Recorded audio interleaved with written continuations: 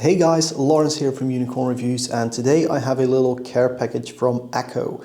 They launched a European store, although the way I see it, it still ships from China. However, I have here the Akko Ocean Blue switches, the Akko Lavender Purple switches, and I also have the 3098 in black and gold with ASA profile keycaps. I'm going to start off with the keyboard itself, and then later on I'll swap in these switches and give you guys a review on it. So the first thing you notice here is that it actually says hot swap, so it's a hot swap board, always lovely. The other sides are pretty simple, pretty plain. On the back it also shows some multi-mode stuff, so you can see how you can connect over Bluetooth. 2.4 GHz dongle is also included. Mine seems to come with the Akko jelly white switches inside, and I forgot by now which one these switches actually are because they sent it to me like 2 weeks ago because of shipping. So let's do a quick unboxing here. All their packaging is actually really nice. I have to give them a lot of credit for that. The last keyboard I reviewed didn't even say what model was inside the box. Akko, however, nice cardboard box, very nice foam padding so your keyboard doesn't get damaged. The keyboard itself comes with a dust cover like the Ducky keyboards do. It's a basic, simple, plasticky thing, but you know, it's better than nothing. And then the board itself we'll look at in a bit. You get your user manual. I haven't checked this one for typos yet. I don't know what that means. And I'm guessing near the end it will be in English. Yes, there you go. You can have it in English as well. So it weighs approximately 1.1 kilograms. You have your size over here, Bluetooth, USB, and 2.4 GHz dongle. Actually comes with a Type-C to USB cable, as I'll show later. And it comes with a 3000 milliamp hour battery. And over here you have some shortcuts. This tiny little thingy is your 2.4 GHz dongle. And then in here, you get a wire keycap puller, very nice. It's not the easiest box to open. There we go. And we also get a rubberized USB-A to USB-C cable, bit of a ferrite core on here as well, nice little Velcro strap to keep everything together. It's not like a fancy cable, but it'll probably do the job just fine.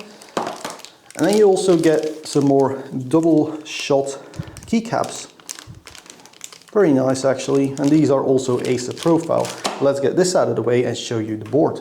There you go, you're all zoomed in now. This is a 98% sort of layout, which basically means that they move the little keys in the middle here, up here, and that's basically it. It saves some width, which is always nice, especially for gamer boys, where you need a lot of movement space for your right hand.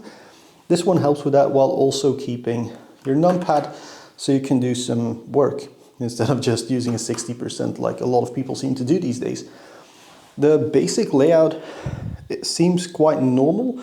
Got 1U's over here, 1.25U keycaps over here. Nice wide enter key. Fairly slow feeling.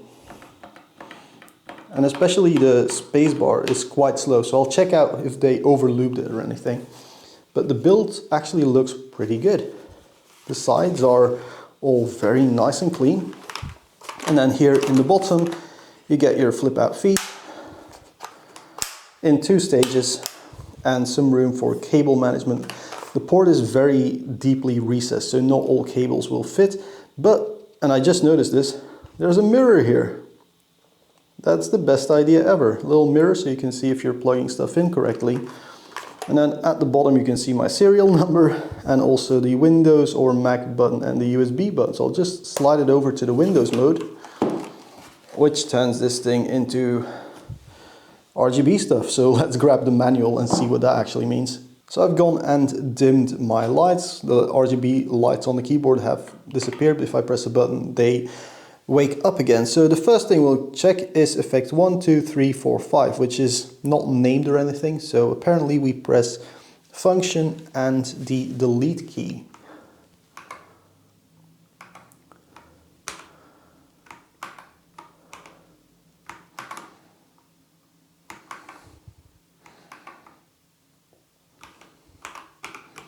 Yeah, pretty nice, but I don't really care for that all that much. We'll check out function and insert. The main one I'll be using is probably function and L, just to turn everything off again. All right, let's interrupt myself here because I don't care about RGB. It's so boring. Yes, there are lights, but who needs lights on a black keyboard without shine-through keycaps? It just doesn't make any sense. So what I did is I grabbed some other keyboards here that I really like. I'm gonna start off with my Ducky 12SF. The reason I like this one is because of the layers in the PCB without having to program anything. Every single functionality you could possibly imagine, even having a mouse, is built into the keyboard. I really like that, but the Akko board doesn't have that. It's got very limited functionality where, you know, pressing your function button and adjusting your audio level is basically all you can do. I also want to talk about this keyboard, which somehow ties into this, because these are SA keycap profiles and then these are ASAs. They're fairly similar, but the ASA stuff is a lot less aggressive. I don't know if you can really see that from this sort of camera point, but the ASA is a more, I'd say, more conventional SA profile. So let's put these two keys away and get rid of my ugly face and get back to the keyboard. All right, so I've now been using this keyboard for 7 weeks to the day, and I've been using it constantly, from, you know, at home gaming on it to using it at work because I really like having the numpad for my job. Now, here are some observations that I have about it. First up, these jelly whites, they're really lightweight and they're actually quite pleasant to type on. The sound is okay. It's a very nice wet sounding keyboard, if that's a thing, but it is not very easy to open it up. There are no screw holes anywhere. So if you want to open it up, you're gonna have to put something in between and then unclip everything. Not really my favorite style of doing things, because you will very likely damage the keyboard, which is why I haven't opened it up to put like foam in there or anything, because it sounds good enough the way it is for a keyboard that I now mostly use at work. Talking about the keycaps then, these double shot keycaps have been very good to me. They're not greasy at all. They're not shiny. They still have their nice little, very smooth texture, but they're not completely smooth. But yeah, the keycaps held out fine. No problems there.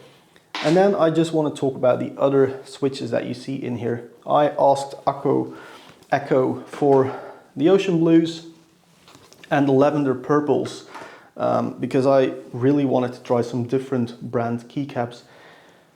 My favorite, and I'm just going to go straight to my favorite, would be the ocean blues.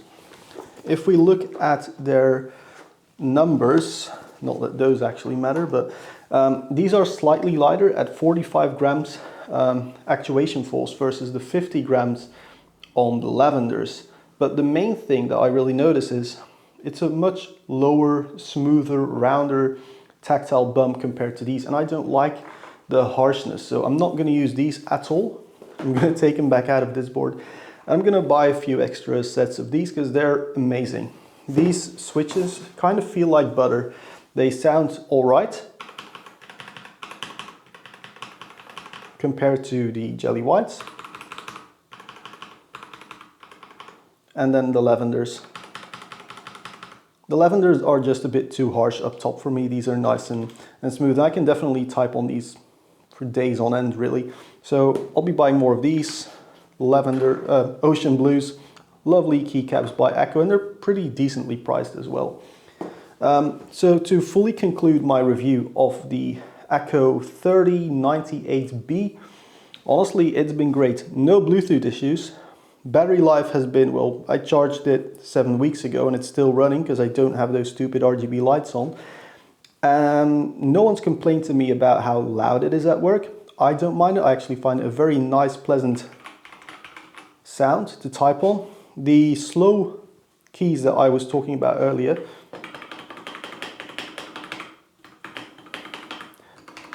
that seems to have fixed itself just by use and having the grease move away from the overlooped parts.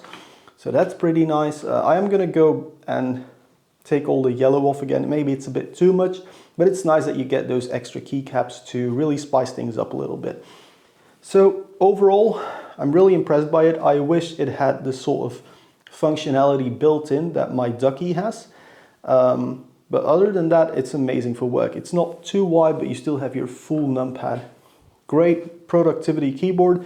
And if you are a gamer, these lightweight 35 gram linears are actually not that bad at all, but I hate linears, so let's go with the Ocean Blues. Thank you all very much for watching. Like, share, subscribe, the whole thing, and check out the links in the video description. Maybe buy a pack or two of these because they're awesome. Thank you, Akko, for sending me all this stuff. And I'll see you guys in the next one. Cheers.